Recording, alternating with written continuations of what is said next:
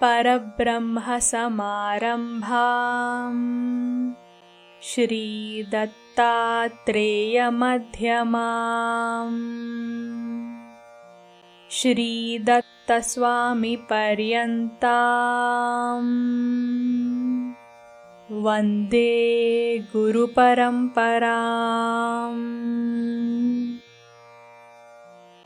सर्वविश्वन्यस्तपादपद्मायते वामहस्तालोलवेदशास्त्रायते ज्ञानसूर्यायते दत्तरूपायते श्रीवेणुगोपालकृष्णाय वन्दनम् श्रीवेणुगोपालकृष्णाय वन्दनम् श्रीवेणुगोपालकृष्णाय वन्दनम् गुरुदत्त श्रीदत्त प्रभुदत्त पाहि माम् विधिदत्त हरिदत्त हरदत्त रक्ष माम् पाहि मां दत्ता रक्ष मां Dutta.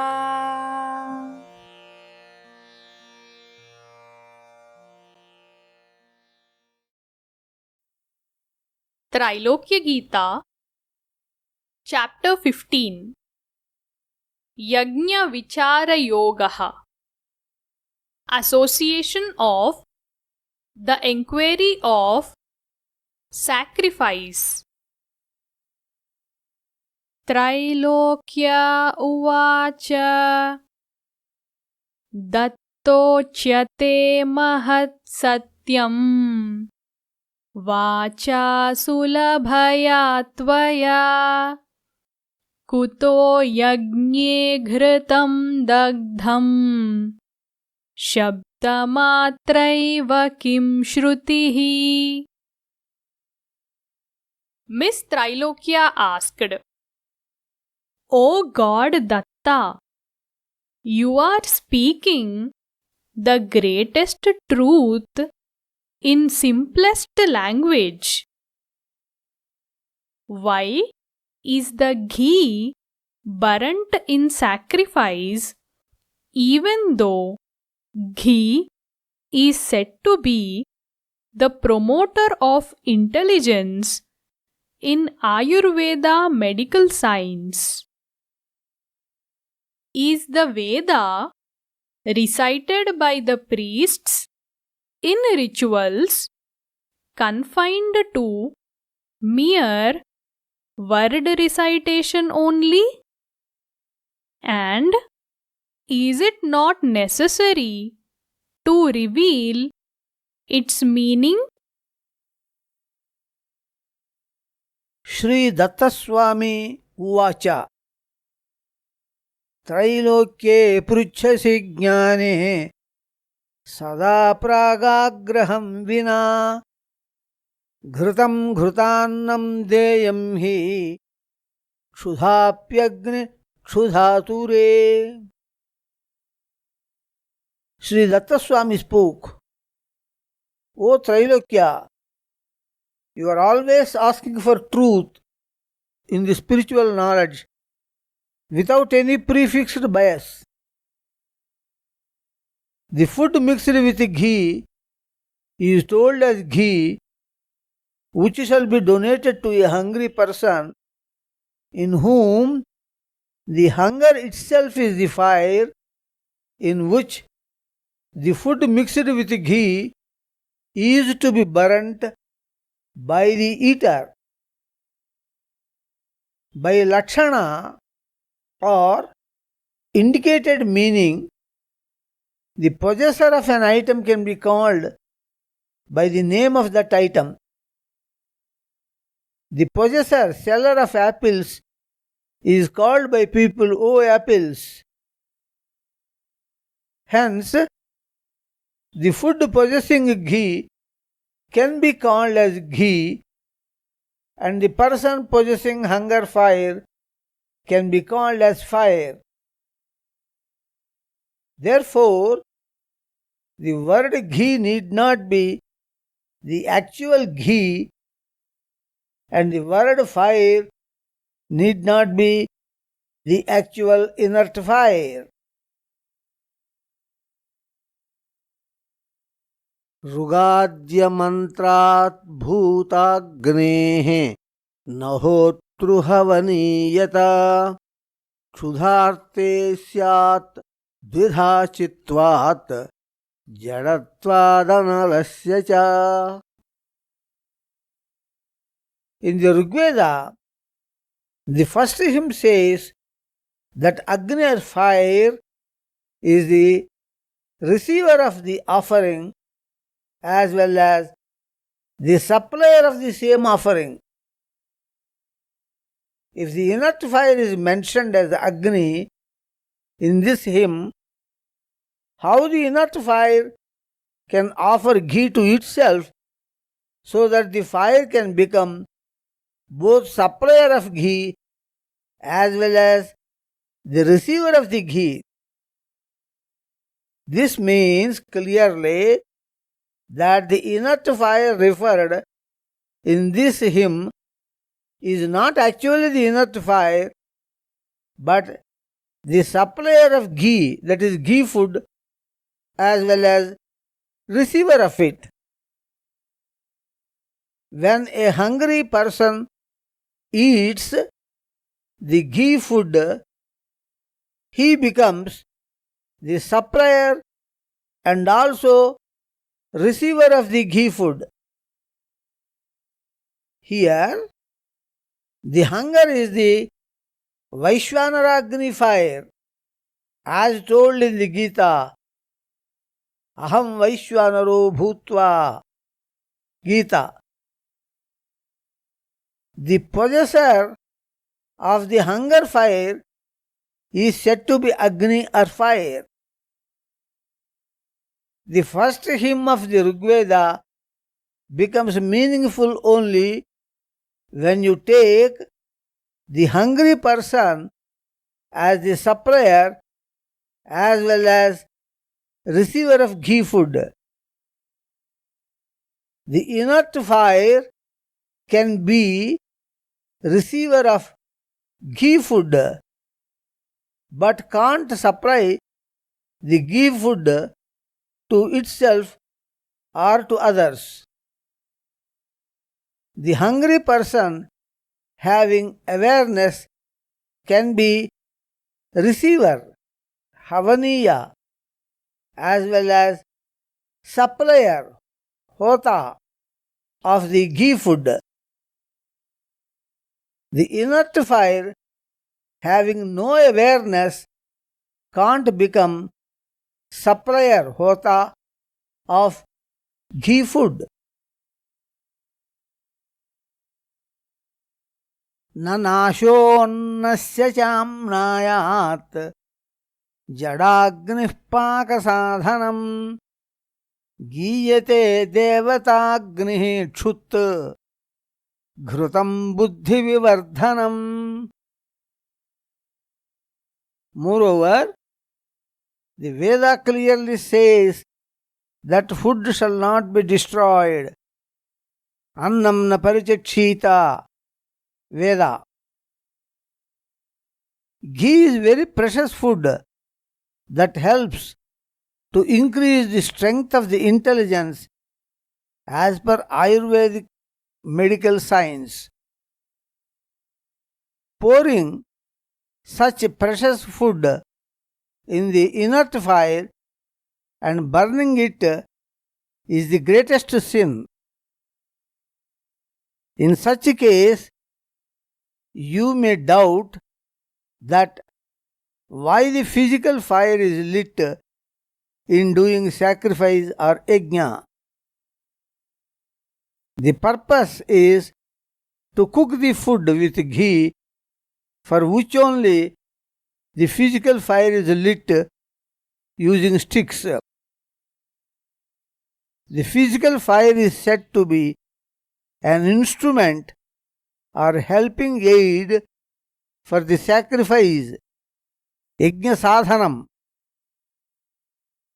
The divine fire to be worshipped is the Vaishvanaragni that is present as hunger fire in a hungry person as per the Gita.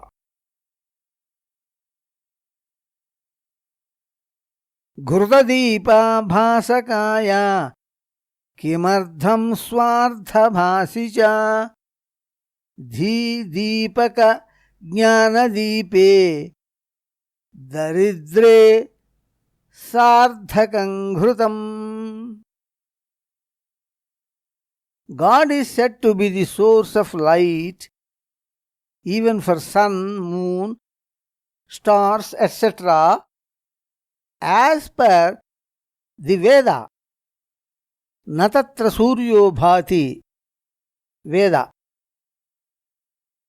For such God, why are you burning lights with oil and ghee? We, the souls, only require light for our sake.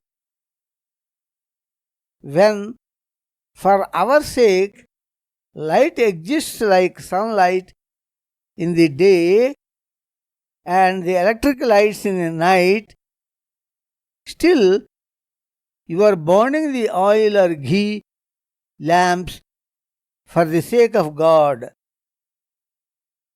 The oil and ghee burnt by you shall be donated to poor people, using which their intelligence will become more strengthened and their lights of knowledge will glow. When this is done, your oil and ghee become meaningful.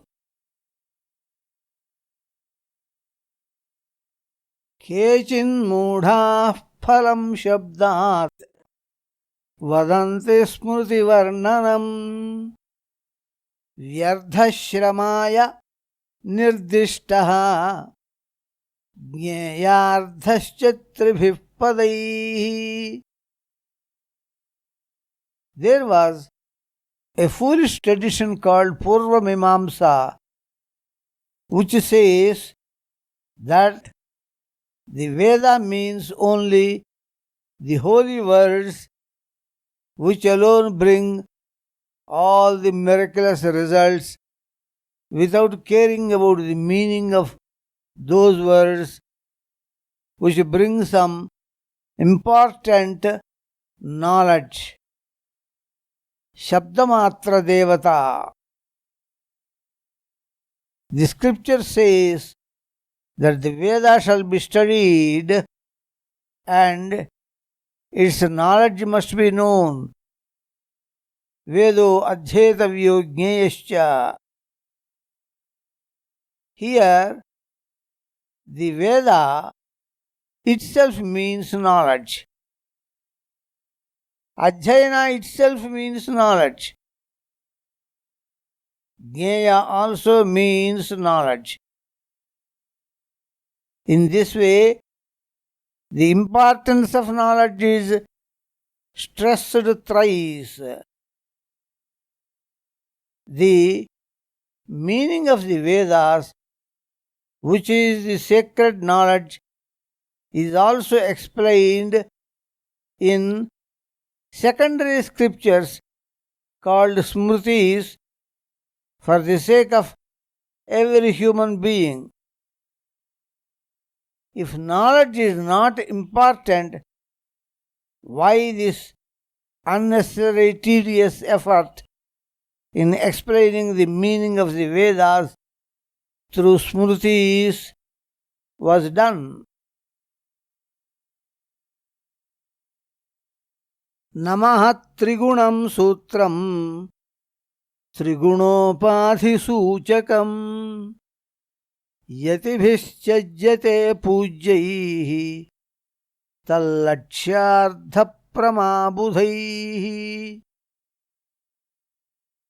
The ignorant priests claim themselves to be great in having the cross belt made of 3 strings, which is denied to some other castes and even to females of their own caste.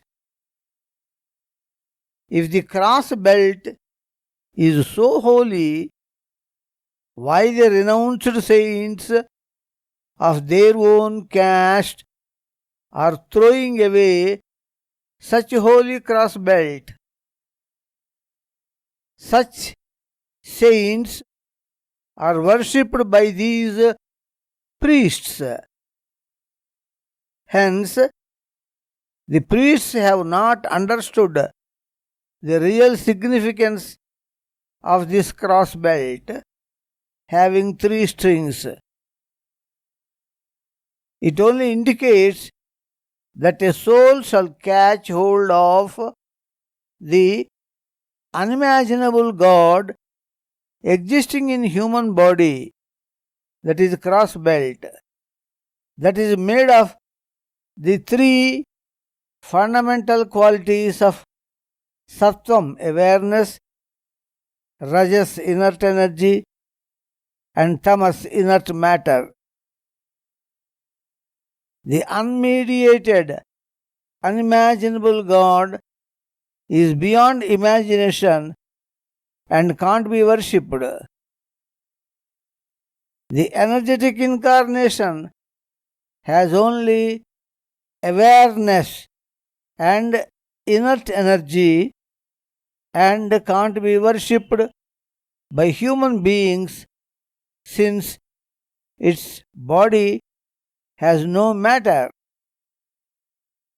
This means that Sadguru, the contemporary human incarnation of God, must be caught by the spiritual aspirant for getting true spiritual knowledge. Since the actual represented meaning is realized, the representative model of this concept is removed by the realized saint. In such a case, is it correct to hurt other castes and all females by stressing the greatness due to presence of cross belt? जीवहिंसा महापापम् वोषधेभ्य इति श्रुतिः श्रुतं पशुत्वमाज्यं च दोषा मांस्ये च विश्रुताः. Killing the living beings for the sake of food, while alternative vegetable food is available in plenty, is the highest sin. Plants do not have nervous system and hence lack awareness. Some people argue that plants also have life and eating them is also sin. In such a case, why Veda instructed the human beings to eat the plants? Oshadhebhyo annam. The Veda clearly says that the animal nature must be slaughtered in the sacrifice and not the actual animal. Similarly, Veda says that the desire must be burnt in sacrifice and not the ghee. Manyuh pashuhu kama ajyam. Instead of the actual animal, an artificial animal made of the flour of grains is cut to symbolize the killing of the animal nature. The word aja in the context of sacrifice does not mean goat, but the floor of grains stored for 3 years, which are incapable of giving sprouts. It is widely said by medical scientists also that eating non-vegetarian food is not good for good health. पूजार्थयज्ञेनो हिंसा नान्नदाहश्च सोर्चितः शब्देन स्फटिके भिन्ने पौनः पुण्यस्य विज्ञता.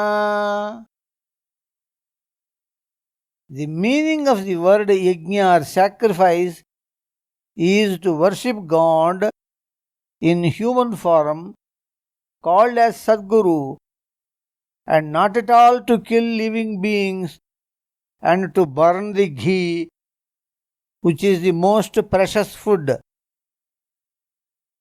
Some modern fans of the above said Purvamamsa blindly want to support whatever is ancient.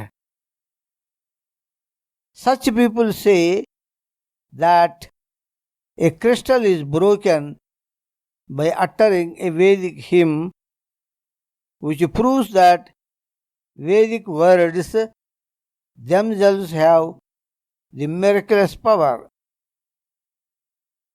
In such experiment, how can you say that the word has miraculous power? It is quite possible that a specific frequency of a specific sound has such a power, which is purely the topic of science. You have to repeat the same experiment with the help of an atheist uttering the same sound with the same frequency.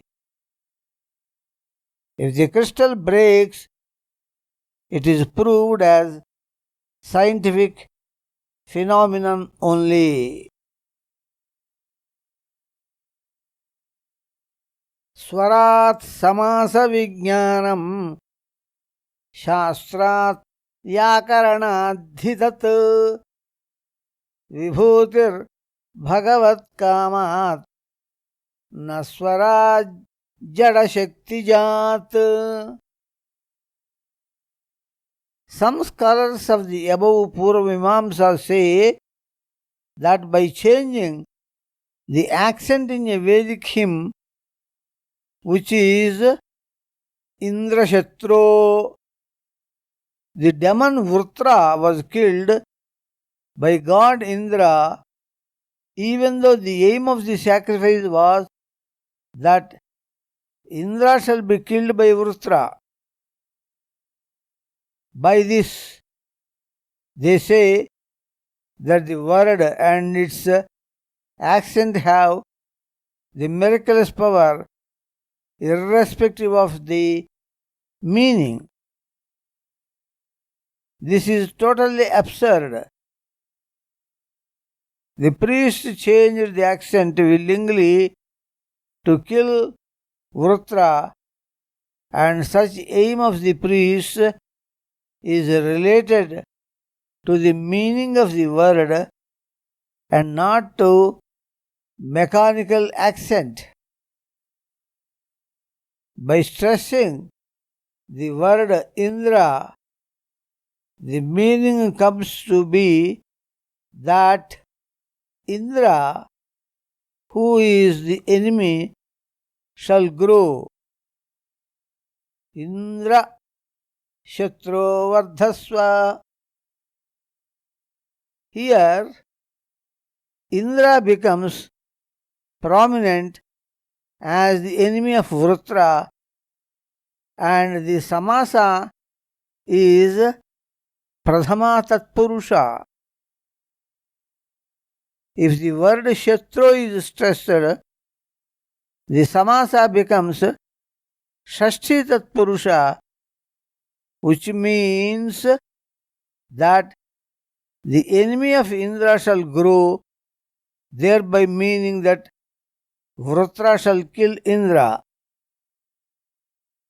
All this is done by those priests taking the help of knowledge of grammar and not the help of mere inert mechanical sound energy or swara.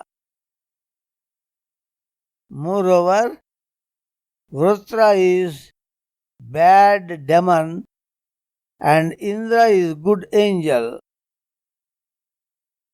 The miraculous powers belong to God only and not to the inert mechanical sounds.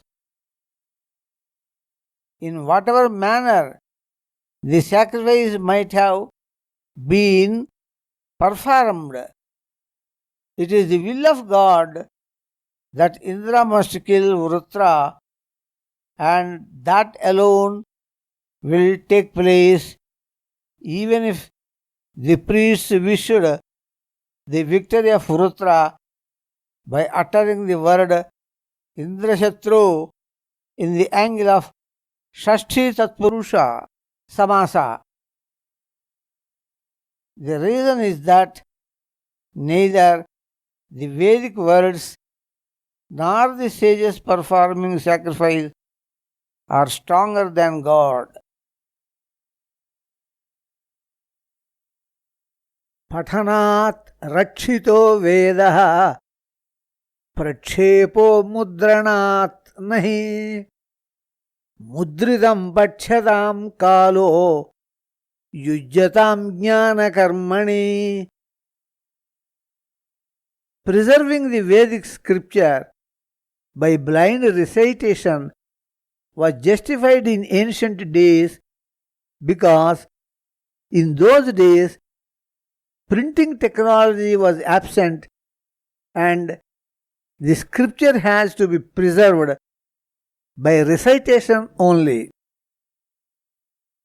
Even though preserving the scripture by writing on palm leaves existed in those days, still recitation was preferred so that no insertion can be done by anybody.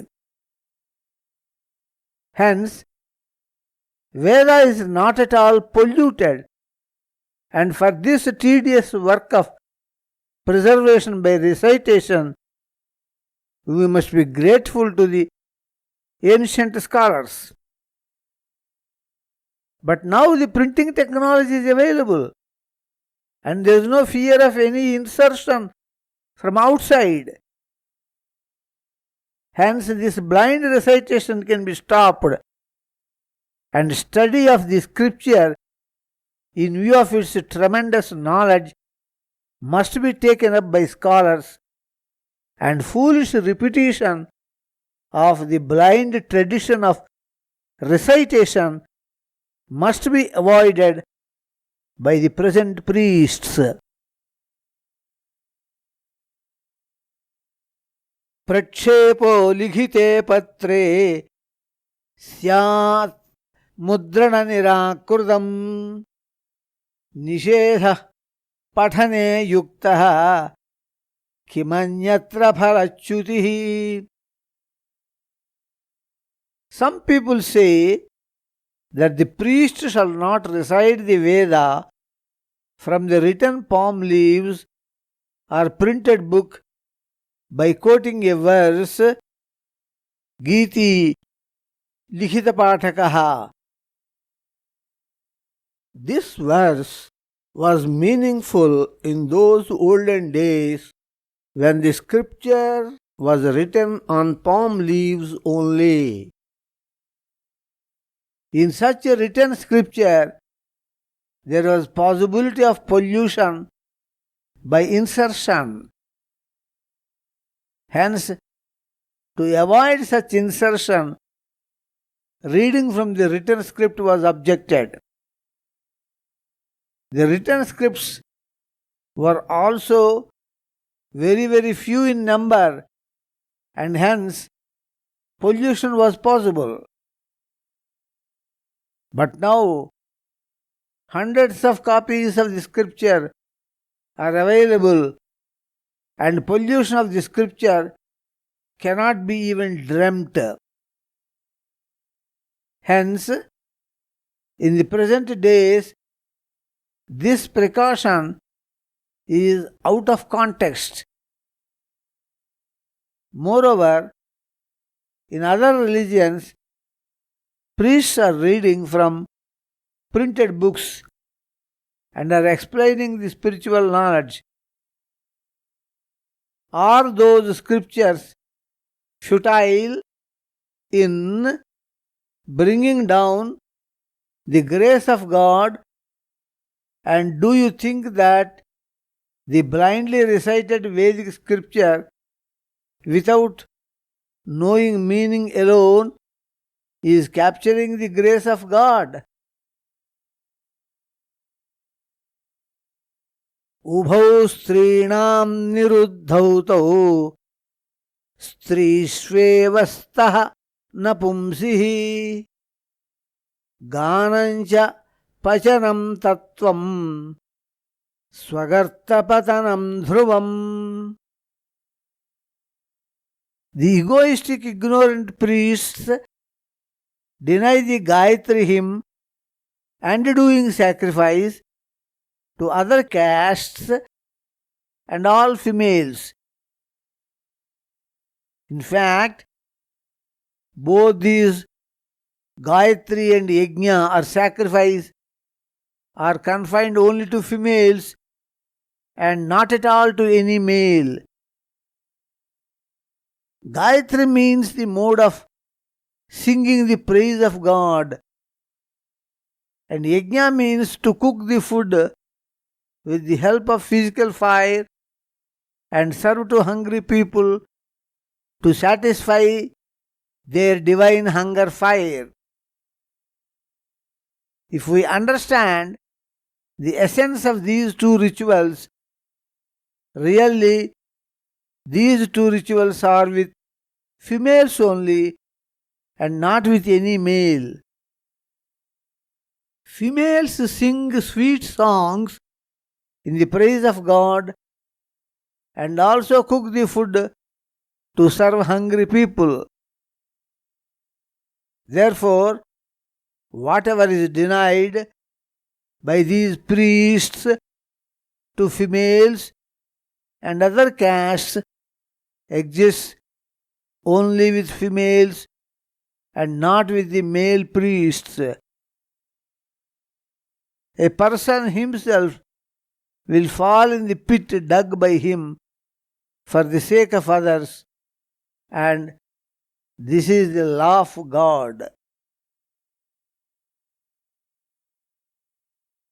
Sadgurau hitshudha shante devatruptiyambuda shrutehe anyadha dhumakalushyat vijnanoktamavarsanam. There is a faith which says that by doing yajna or sacrifice, which is burning ghee in physical fire, rains will come to earth that help the production of food. And this is also said in the Gita. We are not denying any concept of this except the concept of burning ghee in physical fire. We are only saying that the food is to be burnt in hunger fire of a hungry person. If the food is burnt in physical fire, the smoke produced will cause pollution that stops rains, and this is proved by science. When this food is burnt in hunger fire of Sadguru or human incarnation, the rains will come, since gods are pleased who are present in the body of Sadguru, as said in the Veda. Yavatirvai devataha Veda dharmakarah Krishnaha Yajnannam yachate makhat Shudhartha mitra truptyardham Matre kapila bodhidam. Krishna is born to establish the Vedic justice as told in the Gita. He will never disturb the Vedic ritual in any way. In such a case, when food was prepared by the wives of sages to be burnt in the physical fire of a sacrifice, why Krishna went there along with his hungry friends and asked for that holy food to be eaten by his hungry friends? This means that Krishna is also telling that sacrifice does not mean burning the food in physical fire, which is the same food to be burnt in the hunger fire of a hungry living being. Even sage Kapila, the incarnation of God Vishnu, told while preaching spiritual knowledge to his mother that burning food in the fire is foolishness of ignorance. Tyagayajna hi giyante grahanarthe pramodadaha agnishabda shruto chitve devaksha brahmanatidhau. Yajna or sacrifice does not mean burning anything in the fire. It only means sacrifice of some valuable item to a deserving receiver, and based on this concept, several sacrifices were mentioned in the Gita. Evam bahuvidha yajnaha.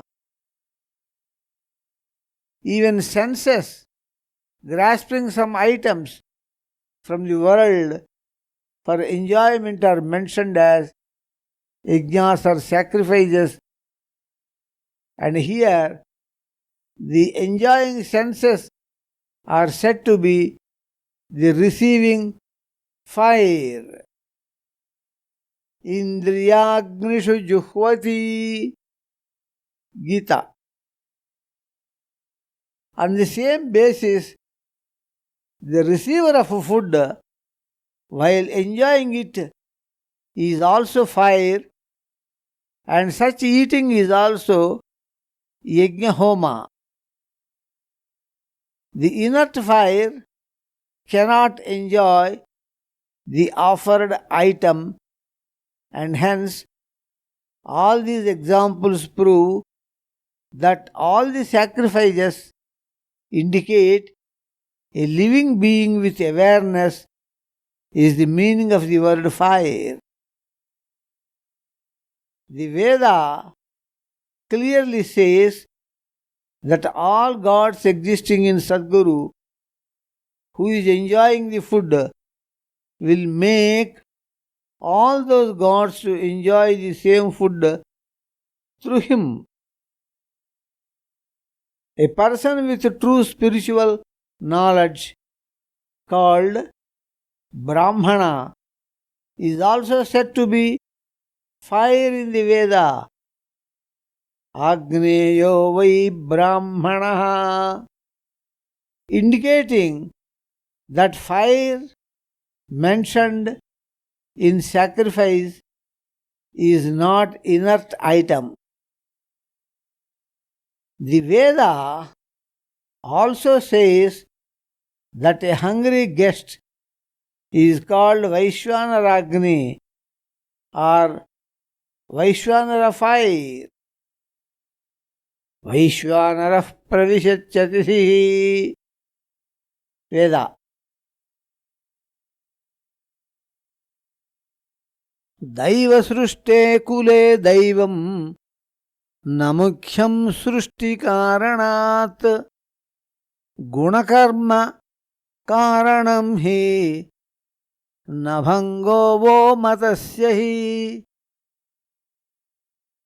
While referring to the caste system, the ignorant priests say that God has created this caste system based on their qualities and deeds so that good people are born in the upper castes and bad people are born in the lower castes.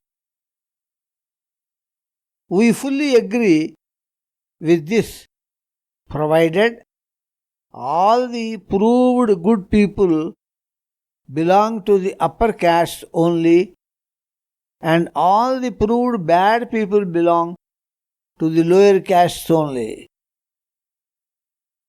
You may say that the family atmosphere influences qualities and deeds so that all good people born in upper castes will naturally become good people due to the influence of good family atmosphere. We fully agree with this, but we will decide the caste of a person on seeing his or her good qualities and deeds finally, and for this you shall not have any objection, since a good soul born in good caste and brought up by good family will naturally show good qualities only as the final result. Here people are bringing God as the establisher of caste system without giving importance to the basis of qualities and deeds. The principle, qualities and deeds on which God based Himself in establishing caste system is more important than the establisher. Pramanyam samayannaiva tamaso va parampara prahladasyeva yogopi shishtacharas sutarkitaha. There are good and bad traditions of ancient sages and the priests of Kali age respectively. The soul shall separate the good and bad traditions with the help of his or her powerful logical analysis, like the swan separating milk and water by its inherent talent. A tradition by mere long old age cannot be accepted as correct simply based on its long duration. The darkness may exist in a room for 100 years since the room was totally locked. When the door is opened, the sunlight entering the room will drive away the darkness immediately. The darkness cannot fight for its right of long stay, just like a person staying in a house for rent based on the rental act. Krishna established the right merit of the concept of yoga in detail and then only told that such yoga was coming as a tradition from long time. If the long age of a tradition itself stands as a proof for its righteousness, why Prahlada rejected the long-standing tradition of hatred to God Vishnu that is coming for past several generations of his caste of demons?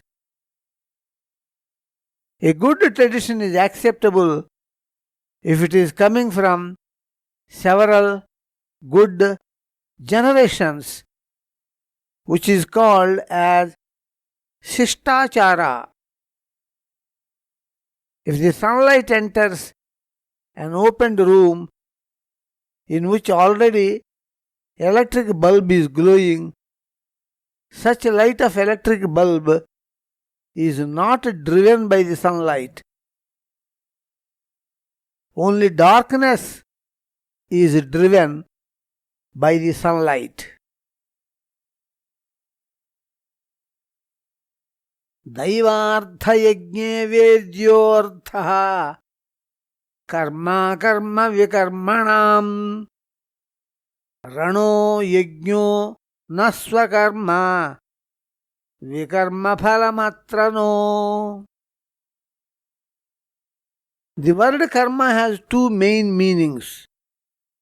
One, work related to God or nivrutti, and two, worldly work that is necessary for the maintenance of the worldly life or pravrutti. Both these together are called yajna or sacrifice, and the fruits of both these works do not bind the soul. Yajñarthat karmanonyatra lokoyam karmabandhanaha. Gita. The worldly work or pravrutti is of two types. One, worldly work for just maintenance, and this type of worldly work comes under the work related to God. 2. Worldly work involving sins for storing wealth for future generations, and this type of work does not come under the work of God. The binding work referred in the verse of Gita is of second type. Worship and sacrifice to God are the two essential meanings of the word yajna, which is not destruction of food in fire. The basis for yajna is maintenance of life or pravrutti, and hence such work is also included in nivrutti or yajna. In doing such yajna, the fruits will not bind the soul. Fighting against Kauravas is work of God, which is uplift of justice and destruction of injustice, and the basis is also to maintain self and family, for which Pandavas begged for just 5 villages only. Arjuna is neither fighting for the share nor for the whole kingdom to enjoy luxuries. In such a fight, Arjuna has to kill grandfather and teacher, which was thought to be a sin, vikarma, and to avoid this, he chose to withdraw from the fight or yajna, akarma. He thought that he is fighting for kingdom to enjoy luxuries, and in such a path he thought that sin is committed by him. Krishna clarified that fight is not the personal work of Arjuna, but the divine work of God Krishna or Yajna, in which aspiration for maintenance of life was included, which is a part of Yajna. Yajna is participation in God's work, which is related to work only. Yajna karma samudbhavaha, Gita, and not burning food in fire. Nishphalam karma cha karma, yajna eva hi jeevitam, tyajyam vikarma yajne tat, sadguroreva nishchayaha.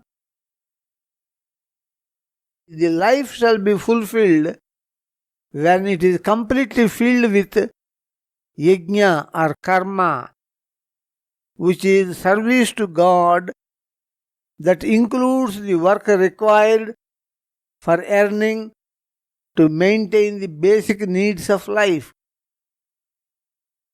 The work done for unlawful earning for the sake of luxuries and selfishness is sin or vikarma that will be punished by God, and this shall be avoided completely. Akarma is not only avoiding work but also wasteful work, and this is also to be avoided. Mate sangos tvakarmani, Gita. In doing yajna or karma, if the fruit of extra work is sacrificed to God without selfish desire, the soul will not be bound by the fruit of work. Karmajam buddhi yukta hi phalam tyaktva manishinaha karmabhirna sabhajyate, Gita. The Veda also says that if work is done for basic needs and sacrifice to God, the work will not bind the soul. Tena tyaktena bhunjidha. While doing yajna, if a doubt about sin or vikarma comes, Sadguru is the final authority, as Krishna decided that killing grandfather and teacher is not sin. Killing them is not sin because they were supporting injustice, and destruction of injustice is justice. Iti Trailokya Gītāyam Yajna Vichara Yogo Nama Panchadashadhyāyaha. Like this, in Trailokya Gita, the 15th chapter called Association of the Enquiry of Sacrifice is completed. उद्वेगरहिता संतोषरहिता शांति समुद्रा श्री दत्ता, शांति समुद्रा श्री दत्ता, शांति समुद्रा श्री दत्ता। ओम शांति शांति शांति।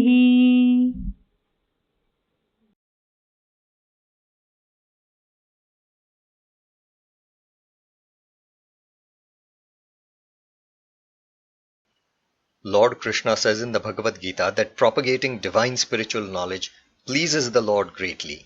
Jnana yajnena tenaham ishtasyamiti me matihi. Spiritual knowledge brings about permanent peace and harmony in the world. So join us in sharing this divine knowledge of Lord Datta and earn the highest grace of God. For more spiritual videos, visit our YouTube channel, Shri Datta Swami. For more discourses on true spiritual knowledge, visit the website www.universal-spirituality.org.